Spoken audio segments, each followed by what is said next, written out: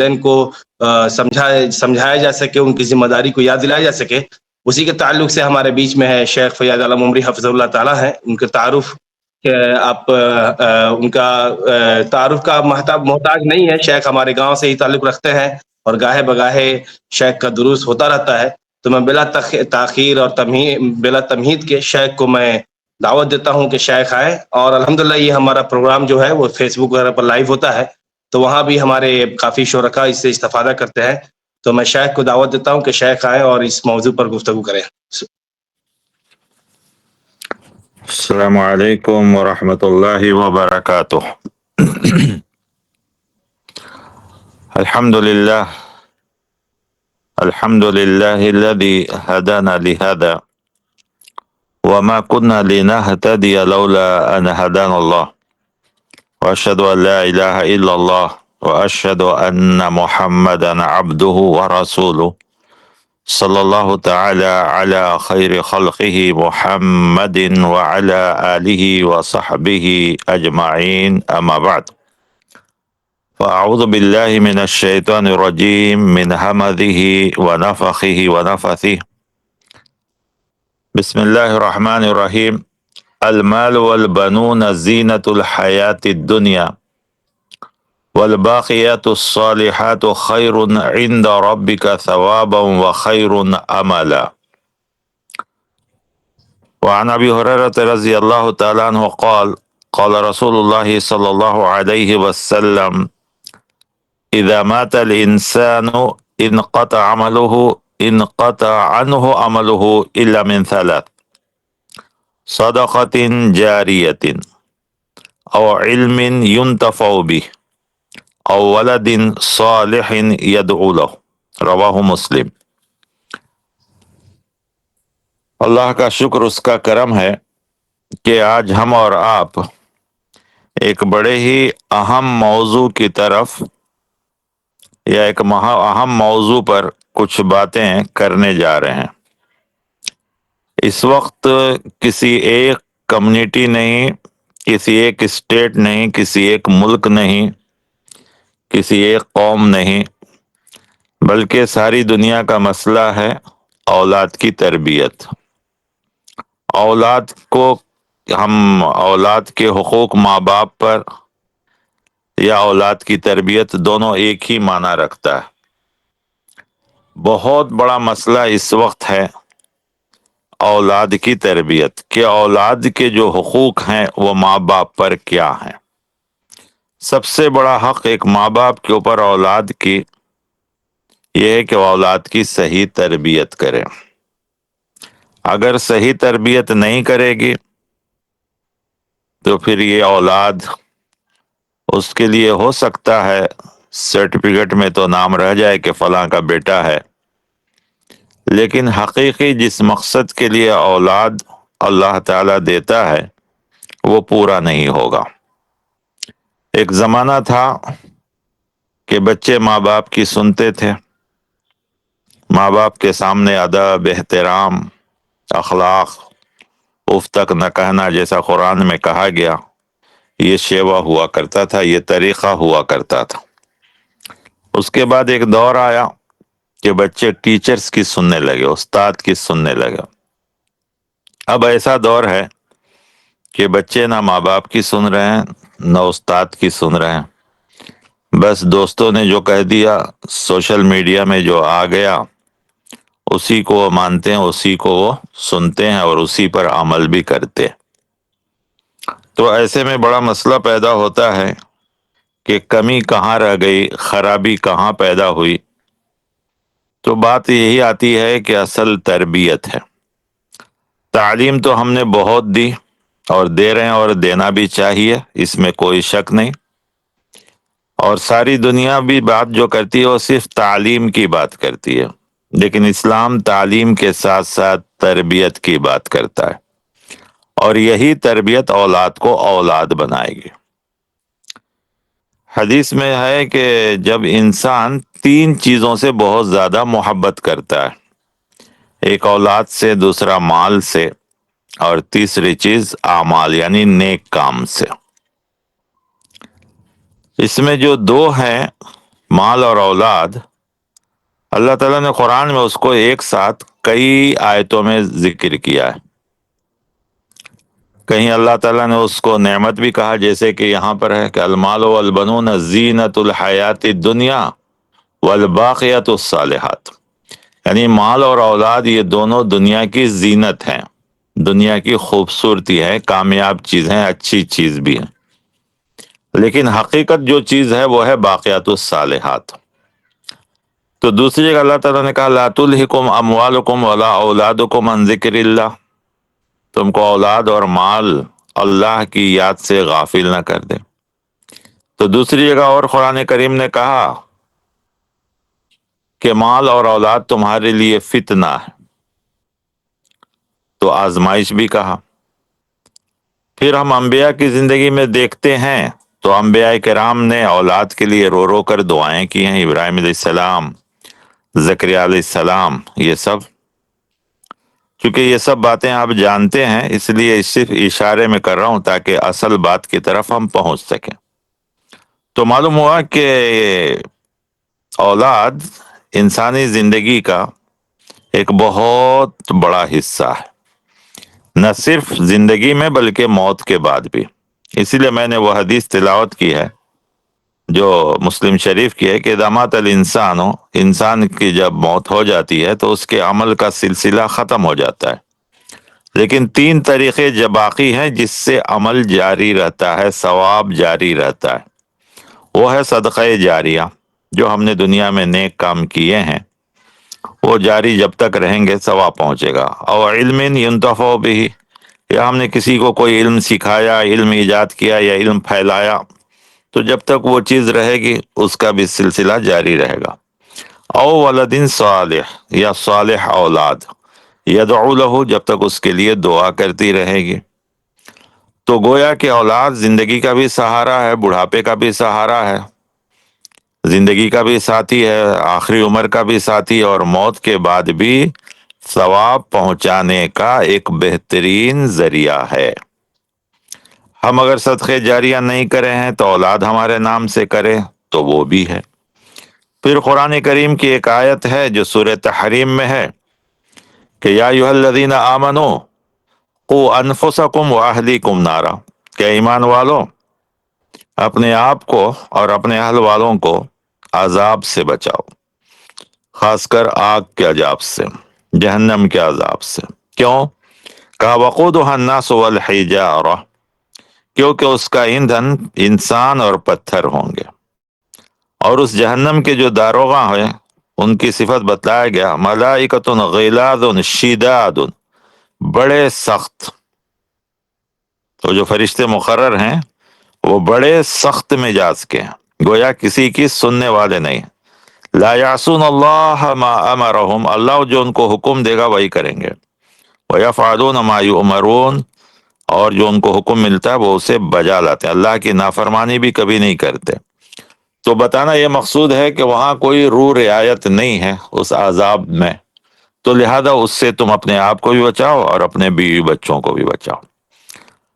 اب ہم یہ کیا کریں، کیسے کریں کہ اولاد ہمارے لیے یہ نعمت بنے، فتنہ اور آزمائش نہ بنے، اللہ سے غافل نہ کرے، جہنم کا ایندھن نہ بنے، زندگی کا ساتھی بنے، زندگی کے بعد دعاؤں کا ذریعہ بنے، صدقہ جاریہ بنے یا دعاؤں کا ذریعہ بنے۔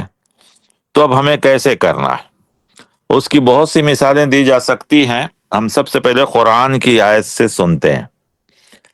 قرآن میں ہمیں بہترین نصیحت جو اپنے بیٹے کے لیے ملتی ہے وہ حضرت لقمان علیہ السلام کی ہے۔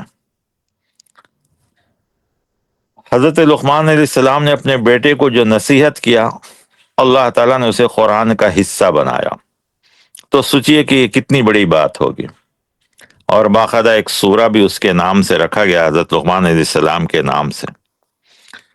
وَإِذْ قَالَ لُقْمَانُ لِابْنِهِ وَهُوَ يَعِظُهُ، جب لقمان علیہ السلام اپنے بیٹے سے کہے اور اس کو نصیحت کر رہے تھے، یا بنی لا تشرک باللہ ان الشرک لظلم عظیم، اے بیٹے تم شرک نہ کرنا، کیونکہ اللہ کے پاس شرک بہت بڑا گناہ ہے۔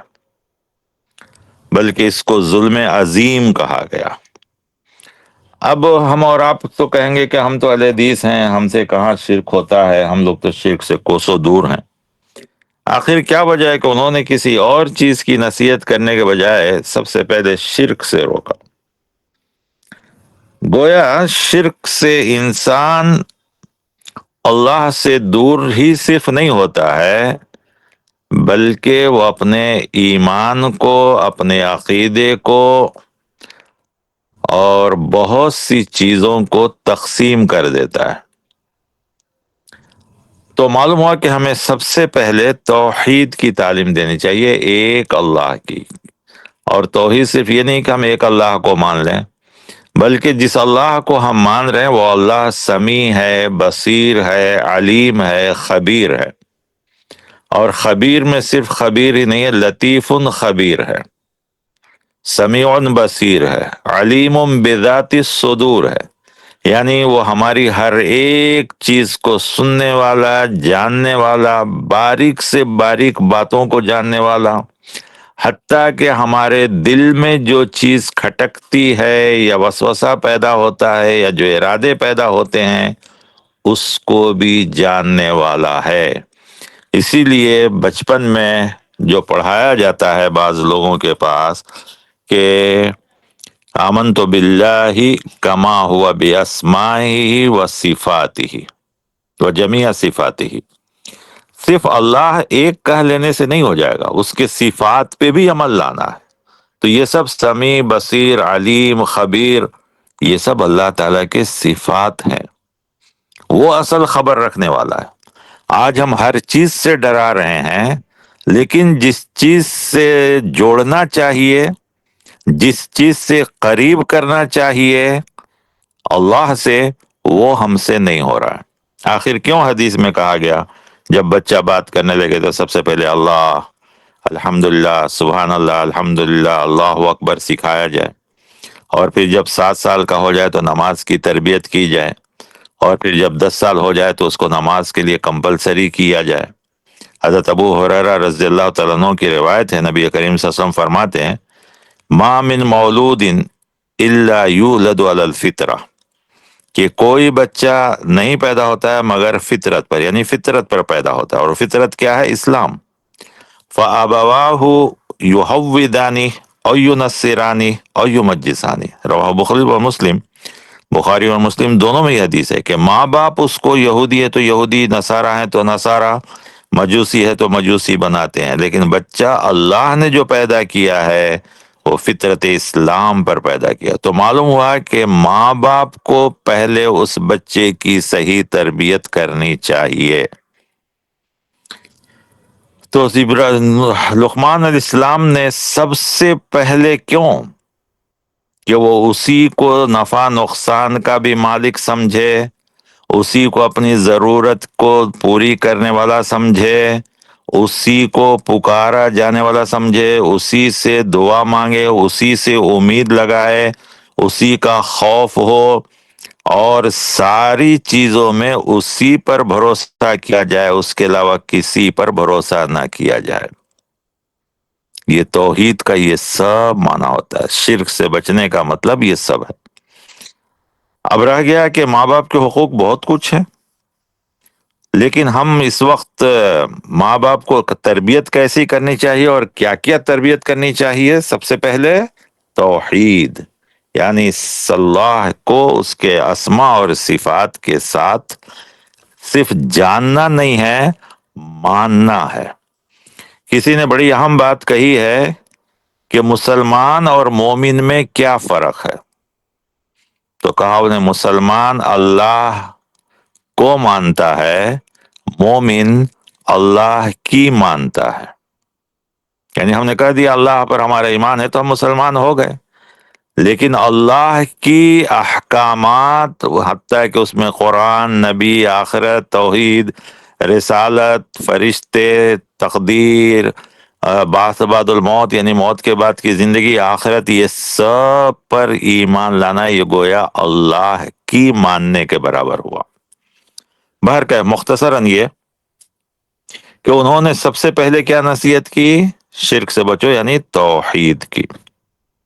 پھر اس کے بعد انہوں نے کیا نصیحت کی اپنے بیٹے کو؟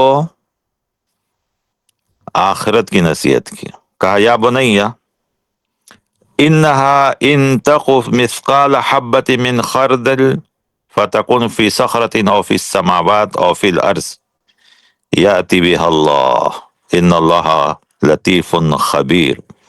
کہ بیٹے اگر تم کوئی بھی کام کرو، نیکی یا برائی، اگر وہ رائی کے دانے کے برابر ہو، یعنی بالکل چھوٹا سے چھوٹا عمل، رائی یا سرسوں کا دانہ، اور وہ عمل اچھا یا برا، نیکی یا بدی، وہ کسی چٹان کے نیچے چھپ جائے، یا آسمان کے کناروں میں گم ہو جائے، یا زمین میں گم ہو جائے، یاتی بہ اللہ قیامت کے دن اللہ تمہارے سامنے لے کر آئے گا. بے شک اللہ لطیف خبیر، باریک بین اور خبردار ہے. تو یہ بھی کیا ہوئی؟ آخرت کی جواب دہی. ہر چھوٹی بڑی جو بھی نیکی ہو یا برائی ہو، سب سے اللہ تعالیٰ سب کچھ پیش کر دے گا. یہاں پر اگر میں وہ بات جوڑوں، جو ایک صحابی آئے اور پیارے نبی صلی اللہ علیہ وسلم سے فرمایا کہ مجھے قرآن سکھائی، تو آپ صلی اللہ علیہ وسلم نے وہ آیت سکھائی فَمَن يَعْمَلْ مِثْقَالَ ذَرَّةٍ خَيْرًا يَرَهُ وَمَن يَعْمَلْ مِثْقَالَ ذَرَّةٍ شَرًّا يَرَهُ، کہ تم میں سے جو بھی ذرہ برابر نیکی کرے گا وہ دیکھ لے گا، اور ذرہ برابر بدی کرے گا وہ بھی دیکھ لے گا. تو انہوں نے کہا حسبنا حسبنا، اے اللہ کے رسول میرے لیے یہی کافی، اب تو میرے اوپر ہے کہ میں کیا کروں، اس لیے کہ میرا سب کچھ میرے سامنے پیش کیا جانے والا ہے، تو اب میرے اوپر ہے کہ میں نیکی کروں یا بدی کروں. گویا آخرت کا تصور ہو سب سے پہلے تو توحید، شرک سے دور، اور توحید کے معنی اسماء و صفات، سب پر ایمان، یقین، کامل بھروسہ، اور اس کے بعد آخرت کی جواب دہی. کیونکہ ہم جو کچھ کریں گے پہلے اولاد کو آخرت کی جواب دہی کا ہونا چاہیے. مختصراً آگے بڑھتے ہیں کہ یہ ایمان کی باتیں ہوئی. پھر اس کے بعد کہا یا بنی اقیم الصلاۃ، اے بیٹے نماز کی پابندی کرو، قائم کرو کہا گیا ہے. پابندی مرضی سے نہیں بلکہ پابندی کے ساتھ. وامر اہلک بالصلاۃ، اور وامر بالمعروف، بھلائی کا حکم دو. تو ضروری بات ہے کہ جب بھلائی کو خود عمل کرے گا تبھی دوسروں کو کہے گا، ورنہ وہ خود گنہگار ہوگا. ونہا عن المنکر، اور برائی سے لوگوں کو روکو، خود بھی روکنا ہے دوسروں کو بھی روکنا ہے. واصبر علی ما صابک، اور ضروری بات ہے کہ یہ کوئی آسان کام ہے نہیں، نماز پڑھنا بھی آسان کام نہیں ہے 5 وقت. دوسری آیت میں آیا نا سورہ بقرہ میں کہ وَإِنَّهَا لَكَبِيرَةٌ إِلَّا عَلَى الْخَاشِعِينَ، کہ صبر اور نماز کو پر قائم رہنا ہمیشہ، صبر کا ذکر بھی اسی آیت میں ہے، اور وہاں بھی نماز اور صبر دونوں کا ذکر. یا ایھا الذین آمنوا استعینوا بالصبر والصلاۃ ان اللہ مع الصابرین.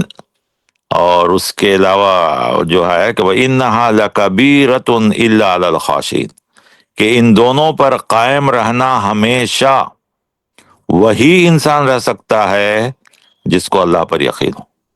وَإِنَّهَا لَكَبِيرَةٌ إِلَّا عَلَى الْخَاشِعِينَ، جو اللہ سے ڈرنے والا ہو، اللہ پر یقین ہو، اللہ پر توکل ہو، اللہ کی محبت ہو، وہی ہمیشہ پابندی کے ساتھ ان 2 چیزوں پر قائم رہ سکتا ہے. تو کہا وَنْهَا عَنِ الْمُنْكَرِ وَاصْبِرْ عَلَى مَا أَصَابَكَ، اور جو کچھ تمہیں تکلیف پہنچے اس پر صبر کرو. ان ذلک من عزم الامور، اس لیے کہ یہ بہت بڑے تاکیدی کاموں میں سے. اب بتائیے اس میں بھی کئی نصیحت آ گئی، نماز، بھلائی، برائی، خود بھی عمل کرنا اور دوسروں کو روکنا بھی. اچھا پھر اس کے بعد انہوں نے کیا نصیحت کی؟ یہ اعمال ہو گئے، پہلے ایمان آیا، آخرت اسی میں شامل، اس کے بعد اعمال. ایک نماز کا آدمی پابند ہو جائے، صحیح طریقے سے قائم کرے، اس کو کہا گیا ہے، پڑھے نہیں کہا گیا، قائم کرنا. اس کا مطلب یہ ہے کہ نماز جن چیزوں سے روکتی ہے رک جانا، یہ بھی اس کے قائم ہے، ریگولر پابندی، خشوع خضوع، اور نماز جن چیزوں سے روکتی ہے اس سے رک جانا، جس کو اللہ تعالیٰ نے قرآن کریم میں کہا کہ ان الصلاۃ تنہا عن الفحشاء والمنکر، کہ نماز فحش، برائی، بے حیائی، کھلی چھپی، اندرونی ظاہری، حلال حرام، جائز ناجائز، اخلاقی خرابیاں، ان سب چیزوں سے روکتی ہے۔ فحش اور منکر جب ہم کہتے ہیں تو اندرونی اور باطنی اور ظاہری ساری ایمانی، اخلاقی، عملی خرابیوں کو کہا جاتا ہے، کہ ان سب چیزوں سے بچنے کے لیے اگر کوئی چیز ہے تو نماز ہے۔ پھر اس کے بعد آپ نے اخلاق کی تعلیم دی، کہا وَلَا تُصَعِّرْ خَدَّكَ لِلنَّاسِ، تو بچوں کو اخلاق بھی سکھانا ہے، صرف نماز روزے ہی نہیں بلکہ اخلاق بھی سکھانی چاہیے۔ اخلاق میں سب سے بڑی چیز کیا ہے؟ انسانوں کے ساتھ اخلاق سے ملنا، کہا نا ان تلقی اخاک تلقی بوجہ طلیق، باہر کسی سے ملو تو اچھے چہروں کے ساتھ، خوشنما، خوشی کے ساتھ، محبت کے ساتھ، اخلاق کے ساتھ۔ یہاں اس چیز کو کہا وَلَا تُصَعِّرْ خَدَّكَ لِلنَّاسِ، تم اپنے چہرے کو لوگوں کے لیے پھلا کر نہ رکھو، گالوں کو پھلا کر نہ رکھو، مطلب تکبر، گھمنڈ، بڑپنا، یہ سب چیزیں نہیں ہونا چاہیے۔ وَلَا تَمْشِ فِي الْأَرْضِ مَرْحًا، اور زمین پہ اکڑ کے نہ چلو، گویا نرمی، عاجزی، انکساری۔ جس انسان کو جتنا زیادہ مقام اور مرتبہ ملے اس کے اندر اور زیادہ عاجزی، انکساری ہونی چاہیے۔ جتنا وہ بڑا ہو اپنے ماں باپ کے سامنے اسے اور عقل مندی اور یہ ساری چیزیں ہونی چاہیے۔ وَاغْضُضْ مِنْ صَوْتِكَ وَاقْصِدْ فِي مَشْيِكَ، ساتھ میں یہ بھی کہا کہ ان اللہ لا يحب كل مختال فخور، اس لیے کہ اللہ تعالیٰ فخر کرنے والے کو پسند نہیں کرتا۔ تو یہ سب ایک ماں باپ کی ذمہ داری ہے کہ بچوں کو سکھائیں، غرور، تکبر، فخر، گھمنڈ، یہ سب چیزیں بھی اللہ کو پسند نہیں ہیں۔ اور ہم یہاں پر ایک ذہن میں بات آ رہی تو کہہ رہا ہوں کہ اللہ جیسے جیسے مقام مرتبہ دے تو اس کے اندر عاجزی اور انکساری ہونی چاہیے۔ جیسے ایک درخت میں پھل لگتا ہے تو درخت جھکنے لگتا ہے، درخت پر پھل لگتا ہے تو درخت اکڑ نہیں جاتا بلکہ زمین کی طرف جھکنے لگتا ہے، اس کے اندر بھی عاجزی، انکساری آ جاتی ہے۔ اب لوگ کہیں گے وزن کی وجہ سے جھک گیا ہے، نہیں، وہ عاجزی انکساری پیدا کرتا ہے کہ لو میرے پھل سے تم فائدہ اٹھاؤ، میں تمہارے نزدیک آ گیا، اتنے دنوں تک میں سر اٹھا کے کھڑا تھا لیکن اب میرے اندر پھل آیا ہے تو میں تمہارے لیے آیا ہوں، آؤ تم مجھ سے فائدہ اٹھاؤ۔ تو انسان کو فائدہ مند بننا چاہیے، نقصان دہ نہیں بننا چاہیے، اس کے اندر عاجزی اور انکساری ہونی چاہیے۔ وَاقْصِدْ فِي مَشْيِكَ، انسان کا چال چلن، چلنا پھرنا بھی اس کے اخلاق سے تعلق رکھتا ہے کہ وہ کیسے چلتا ہے۔ آپ دیکھیں گے حدیثوں میں آیا ہے نا کہ نماز میں کپڑے ٹخنوں کے نیچے نہ ہو، اور دوسرے وقتوں میں بھی کپڑے ٹخنوں کے نیچے نہ ہو۔ کیوں کہ لیڈروں کو آپ دیکھیں گے اکڑ کر چلتے اور ان کے کپڑے گھسیٹتے رہیں گے، نیچے تک رہیں گے، یہ بھی ان کے ایک فخر، غرور، تکبر، عناد، سرکشی، نافرمانی، بڑپنا کی عادت ہوتی ہے۔ اس زمانے میں بھی تھی، آج بھی ہے۔ چلنے کا انداز، سینہ تان کے پیروں کو طرح طرح سے اٹھا کر پٹک کر، تو کہا وَاقْصِدْ فِي مَشْيِكَ، چلنے میں درمیانی طریقہ اختیار کرو۔ پھر اسی طرح انسان کی بات چیت بھی اخلاق میں آتی ہے کہ وہ کیسے بات کرتا ہے، نرمی سے یا سختی سے، چیخ کر، چلا کر، گلا پھاڑ پھاڑ کر یا روب سے، یہ سب بھی اخلاق کے خلاف ہے۔ کہا وَاغْضُضْ مِنْ صَوْتِكَ، اپنی آواز کو پست رکھو، آواز کو آہستہ رکھو، چلانا، چیخنا، غصہ، نفرت، یہ سب چیزوں بھی اخلاق کے خلاف ہے۔ اور اس کے لیے ایک مثال بھی دیا کہ اگر چیخو گے، چلاؤ گے، بار بار چیختے چلاتے رہو گے، گلا پھاڑتے رہو گے یا سخت الفاظ استعمال کرو گے تو یاد رکھو ان انکر الاصوات لصوت الحمیر، سب سے ناپسندیدہ آواز اگر کسی کی ہے تو وہ گدھے کی ہے۔ تو تم ویسے ناپسندیدہ آواز والے نہ بنو، ایسے بنو یہ سب۔ اب دیکھیے اس میں ایمان بھی ہے، عبادات بھی ہیں، اخلاق بھی ہے، اور اس اخلاق میں بہت سی ایسی چیزیں ہیں جو معاشرے میں کیسے رہنا ہے، یہ سب اخلاق معاشرے میں رہنے کے لیے بتلائے گئے۔ کہ معاشرے میں کیسے رہنی چاہیے۔ تو آج ہم ماں باپ صرف ایک چیز تو کرتے ہیں کہ اس کے کپڑوں کا، اس کے کھانے کا، اس کے پڑھائی کا، اس کے اسکول کا، اس کی ساری چیزوں کا انتظام کرتے ہیں، کرنا چاہیے، لیکن سب سے بڑی چیز تربیت کا کرنا چاہیے۔ اگر ہم تربیت نہیں کریں گے تو آج حالات یہ ہیں کہ بچے ایسے رہیں گے کہ جیسے کہ میں نے کہا سرٹیفکیٹ میں صرف نام رہے گا، ماں باپ، رشتہ دار، پڑوسی، انسان، عام انسان، ان سب کے کیا حقوق ہیں، کیا رائٹس ہیں، کیا ڈیوٹیز ہیں، سب بھول جائیں گے۔ اور یہ صرف اور صرف اسلام ہی سکھاتا ہے، یہ دین ہی سکھا سکتا ہے۔ کیونکہ آپ وسلم دیکھیے بچوں کی کیسے تعریف کرتے تھے یا بچوں کی کیسے تربیت کرتے تھے۔ حضرت عبداللہ ابن عباس حضرتوں کا بیان ہے کہ ایک دن میں رسول اللہ صلی اللہ علیہ وسلم کی سواری پر آپ کے پیچھے بیٹھا ہوا تھا، تو آپ صلی اللہ علیہ وسلم مجھے مخاطب کرتے ہوئے فرمایا، یا غلام الا اعلمک کلمات ینفعک اللہ بہن، اے بچے، غلام کا مطلب وہ غلام نہیں عربی والا، غلام بچوں کو بھی کہا جاتا ہے، چھوٹے بچوں کو۔ الا اعلمک، میں تمہیں آج نفع بخش باتیں نہ بتاؤں جن کے ذریعے اللہ تم کو نفع پہنچائے گا؟ میں نے کہا کیوں نہیں؟ تو آپ صلی اللہ علیہ وسلم فرمایا، احفظ اللہ یحفظک، تم اللہ کی حفاظت کرنا، مطلب اللہ کی باتوں کی، اللہ کے احکام کی، اللہ کے دین کی، یعنی حفاظت کا مطلب اس پر عمل کرنا، اور جن کاموں سے بچنے کے لیے کہا گیا ان سے بچنا، تو اللہ تمہاری حفاظت کرے گا۔ احفظ اللہ تجدہ تجاہک، تجدہ تجاہک، تم اللہ تعالیٰ کی حدود سے تجاوز نہ کرنا، اللہ تعالیٰ تمہاری مدد کرے گا۔ وَإِذَا سَأَلْتَ فَاسْأَلِ اللَّهِ، جب بھی تم اللہ سے مانگنا چاہو تو صرف اللہ سے ہی مانگنا، جب بھی تم مانگنا چاہو تو صرف اللہ سے مانگو۔ وَإِذَا اسْتَعَنْتَ فَاسْتَعِنْ بِاللَّهِ، اور جب بھی تم مدد چاہو تو صرف اللہ سے ہی مدد چاہو۔ یہ سب ایمانیات بھی ہیں، اخلاق بھی ہے، اعمال بھی ہیں، عبادات بھی ہیں، عقیدے بھی ہیں، ساری چیزیں اس میں آ جائیں۔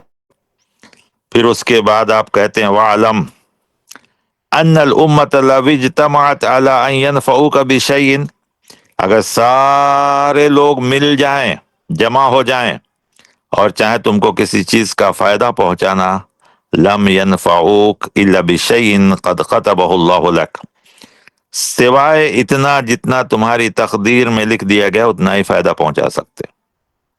وَإِنِ اجْتَمَعُوا عَلَىٰ أَن يَضُرُّوكَ بِشَيْءٍ لَمْ يَضُرُّوكَ إِلَّا بِشَيْءٍ قَدْ كَتَبَهُ اللَّهُ عَلَيْكَ، اور اگر سارے لوگ جمع ہو کر تم کو نقصان پہنچانا چاہیں تو نہیں پہنچا سکتے مگر تمہاری تقدیر میں جتنا لکھا ہے۔ اب یہ سب کیا ہے؟ یہ پورے کے پورے ایمانیات ہیں۔ یہ سب بچوں کو بچپن میں سکھایا جائے تو وہ بچہ نعمت اور جو ہے اللہ کی بہت بڑی نعمت بن جائے گا۔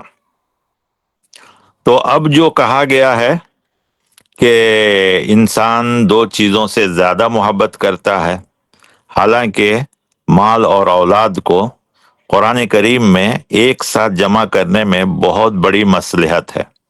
اور یہ جو سورہ کہف کی جو آیت میں نے تلاوت کی تھی آپ کے سامنے، اگر اس کو بنا دیا جائے تو اس آیت میں بھی مال اور اولاد کا ذکر ہے، اور باقی بہت سی آیتوں میں مال اور اولاد کو ایک ساتھ ذکر کیا گیا ہے، اور انسان جن چیزوں کے لیے زیادہ محنت کرتا ہے وہ مال اور اولاد ہی ہے۔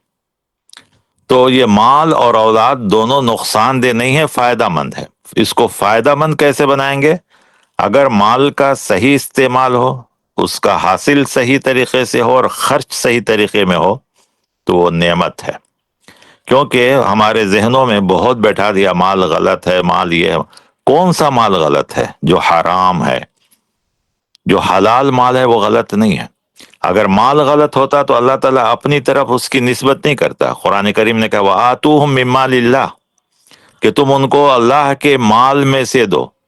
کوئی غلط چیز ہم خود اپنی طرف منسوب نہیں کرتے ہیں تو اللہ تعالیٰ غلط چیز کو کیسے اپنی طرف کہے گا مِّن مَّالِ اللَّهِ؟ نہیں کرے گا۔ تو بذات خود کوئی چیز غلط نہیں، یعنی مال غلط نہیں ہے، اس کا حصول، اس کا خرچ غلط ہے۔ لہذا اگر اس کا حصول یعنی حاصل کرنا، کمانا صحیح راستہ ہو اور خرچ کرنا صحیح راستہ ہو تو یہ دنیا میں بھی نعمت ہے، اور اس سے کی جانے والی نیکیاں بھی باقیات الصالحات ہے، جو خیر عند ربک، رب کے پاس بہت بہتر ہے، ثواباً، ثواب کے اعتبار سے، اور آئندہ توقع سے بھی بہت زیادہ بہتر ہے، یہی مال بہتر ہے۔ اسی طرح اولاد بھی، اگر اولاد کی بھی صحیح تربیت کی جائے تو یہ دنیا میں بھی بہترین ساتھی، بہترین نعمت، اور موت کے بعد بھی بہترین ذریعہ ہے۔ تو ہمارے ماں باپ کے اوپر ضروری ہے کہ اولاد کی ہر چیز کی فکر کریں، ساتھ ہی ساتھ تربیت کی بھی فکر کریں، ان کا جو حق ہے ان کو صحیح طریقے سے، جیسے کہ ایک مالی، ایک گارڈنر، وہ دیکھتا ہے کہ اگر بہترین سے بہترین کسی درخت کو شیپ دینا ہو، خوبصورت بنانا ہو، تو وہ چھوٹے سے ہی سب سے پہلے جب وہ پودا لگاتا ہے، بڑا ہوتا ہے، تو اس کے آزو بازو کے نکلے ہوئے درختوں کو، گھاس بھوس کو نکال دیتا ہے۔ کیوں؟ کہ اگر یہ گھاس بھوس، یہ گھاس وغیرہ یا پودے اس کے بازو میں نکلیں گے تو یہ اس کی طاقت کو کم کر دیتے ہیں، خواہ وہ اچھے ہی کیوں نہ ہو۔ تو سب سے پہلے بچوں کو صحبت اچھی رکھنی چاہیے، پھر اس کے بعد اگر اس کو جو شیپ دینا ہو وہ چھوٹے سے ہی وہ شیپ بناتا ہے، ورنہ بڑا ہونے کے بعد ڈالیاں سخت ہو جائیں گی، تنے سخت ہو جائیں گے تو کاٹنے سے خراب ہو جاتے ہیں، پھر اس میں سے جو پتے خراب ہوتے ہیں ان کو توڑ کے پھینک دیتا ہے۔ تو معلوم ہوا بچوں کے اندر کوئی غلط عادت ہے تو اسی وقت اس کو دور کر دینا چاہیے، ورنہ ہم سمجھیں گے کہ بڑے ہونے کے بعد کریں گے تو وہ ہونے والا نہیں ہے، بچپن سے ہی وہ چیزیں۔ آج کل لوگ یہی سمجھتے ہیں کہ نہیں بچہ بڑا ہوگا خود سنبھل جائے گا، نہیں ہو سکتا، وہ غلط بات ہے۔ اور دنیا نے ایسے قوانین بنا دیے کہ نہیں بچوں کو سختی، کیوں؟ ہم لوگ بچے تھے تو ہمارے ماں باپ سختی نہیں کیے تو کیا ہم خراب ہو گئے؟ نہیں، اچھے ہوئے۔ ہمیں بچپن میں یاد ہے کہ ہم کو گھروں سے باہر کہیں گاؤں میں خود جانے نہیں دیا جاتا تھا، اور آپ شیخ بھی جانتے ہوں گے کہ ہمارا گھر بچپن میں اس طریقے سے تھا، بال ذرا بڑے ہوتے تو میرے والد صاحب فوراً لے جا کے کٹوا دیتے تھے۔ کبھی میں مدراس سے جاتا، تھکا، فجر میں سو جاتا تو بولتے تھے ایک دن چھوڑ دیتے، اس کے بعد کہتے اس لیے نہیں اتنا دور بھیج کے پڑھائے ہیں۔ تو یہ سب تربیت بچپن سے ہونی چاہیے۔ یہاں دیکھیے ایک شاعر عربی کا ہے جو ہمارے شیخ کو زیادہ سمجھ میں آئے گا، لیکن اردو بھی ترجمہ کرتا ہوں۔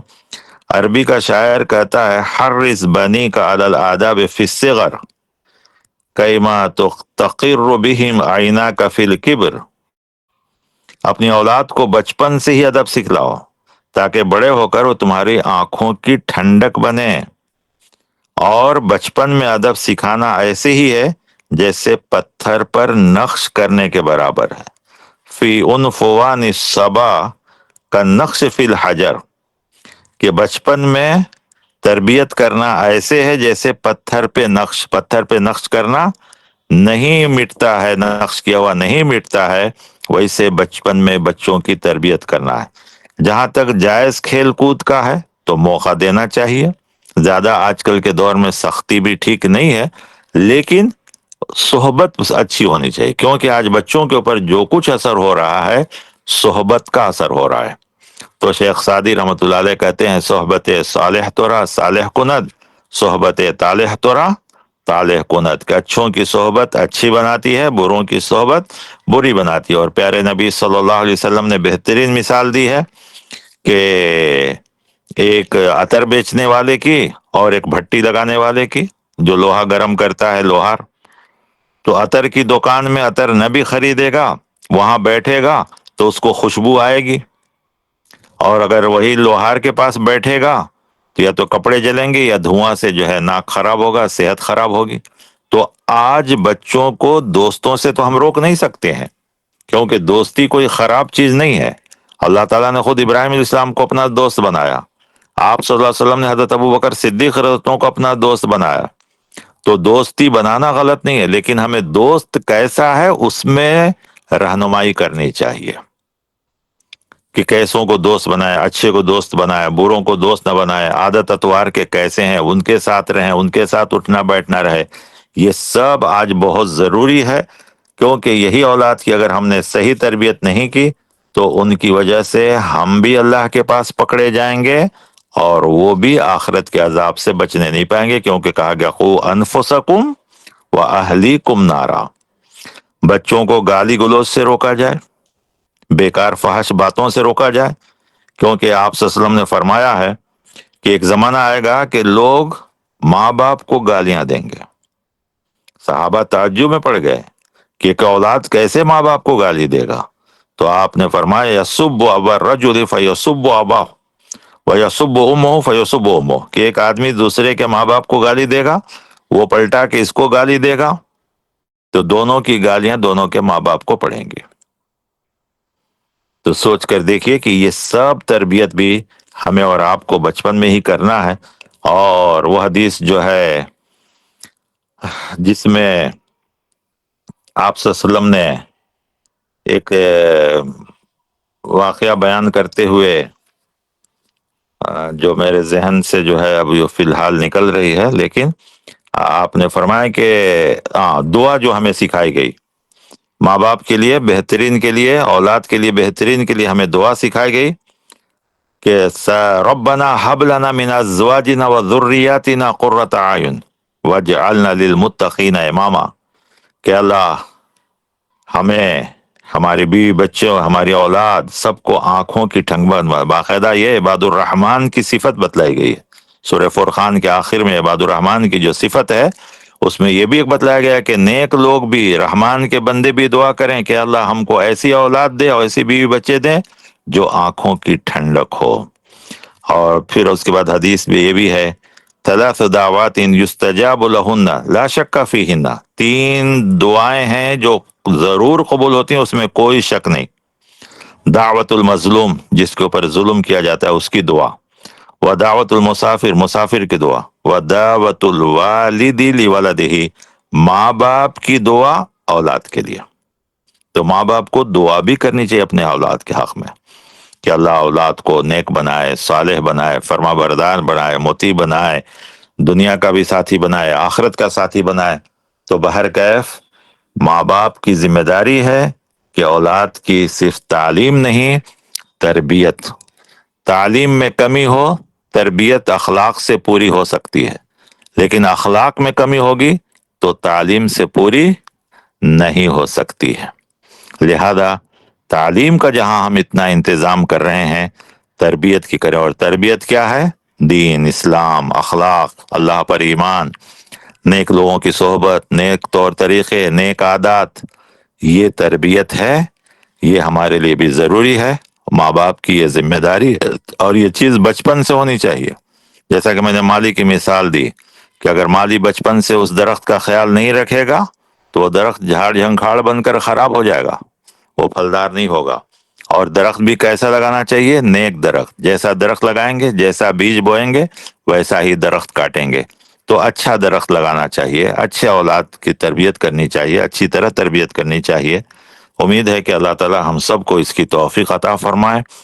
اللہ تعالی آنے والی نسل کو ماں باپ کی آنکھوں کی ٹھنڈک بنائے۔ اللہ جس دین پر ہم کو قائم رکھا اس پر رہنے کی توفیق عطا فرمائے۔ ہم اور آپ تو چراغ سحری ہیں، یعنی آخری عمر کو پہنچ رہے ہیں، آنے والے دنوں میں انہی بچوں کو زندگی گزارنا ہے۔ تو اللہ انہیں ایمان پر، آخرت پر، توحید پر قائم اور دائم رہنے کی توفیق عطا فرمائے، جو ہمارے زندگی میں بھی ساتھی بنے اور موت کے بعد بھی ولد صالح بنے، اور ان کی نیکیوں میں بھی، ان کی دعاؤں میں بھی ہم سب کو یاد رکھنے کی توفیق عطا فرمایا۔ آمین۔ وصلی اللہ علی النبی، والسلام علیکم ورحمۃ اللہ وبرکاتہ۔ وعلیکم السلام ورحمۃ اللہ وبرکاتہ۔ جزاکم اللہ خیر الجزاء۔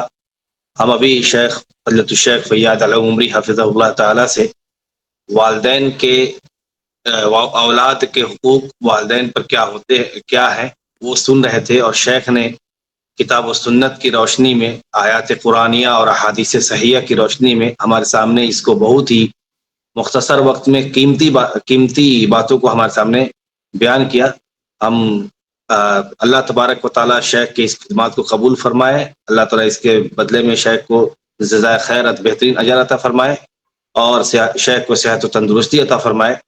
اور ہم اللہ تبارک و تعالیٰ کا بھی شکر گزار ہیں کہ اللہ تبارک و تعالیٰ ہم سب کو یہ توفیق دیتے ہیں کہ سب بات توفیق کی ہی ہوتی ہے. ایسے ابھی دیکھ لیں اس وقت میں اتنے ایسے لوگ ہوں گے جو موبائل پر گیم کھیل رہے ہوں گے, موبائل پر ریلز دیکھ رہے ہوں گے, موبائل پر یوٹیوب دیکھ رہے ہوں گے, لیکن یہاں پر جو لوگ بھی ہیں اللہ تبارک و تعالیٰ کی توفیق سے ہی دین سیکھنے کے گھر سے آئے ہیں, تو اللہ تبارک و تعالیٰ کا ہم شکر گزار ہیں کہ اللہ نے ہمیں توفیق دی. اور ہم اللہ تبارک و تعالیٰ سے دعا کرتے ہیں کہ اللہ تعالیٰ ہم سب کے یہاں پر جمع ہونے کو قبول فرمائے اور ہمارے لیے اس جمع ہونے کو باعث خیر بنائے. اور آپ سب کا بھی شکریہ ادا کرتے ہیں کہ آپ وقت نکال کر کے آتے ہیں, شیخ سے, ہمارے دوسرے مشائخ سے آپ استفادہ کرتے ہیں. گزارش کریں گے کہ آپ اس طریقے سے اپنے دل کے اندر دلچسپی پیدا کریں کہ قیامت کے دن اللہ تبارک و تعالیٰ علم کے بارے میں بھی پوچھے گا کہ شریعت کا علم تمہارے پاس کیا ہے. یہ صرف مولانا لوگ کی ذمہ داری نہیں ہے تو ان کو ہی صرف پڑھنا ہے, ہر انسان کے اوپر واجب ہے کہ شریعت کا علم ہونا چاہیے, کم از کم بنیادی تعلیم تو ضرور ہونی چاہیے. تو آپ سب بھی جڑیں, اپنے گھر والوں کو بھی جوڑیں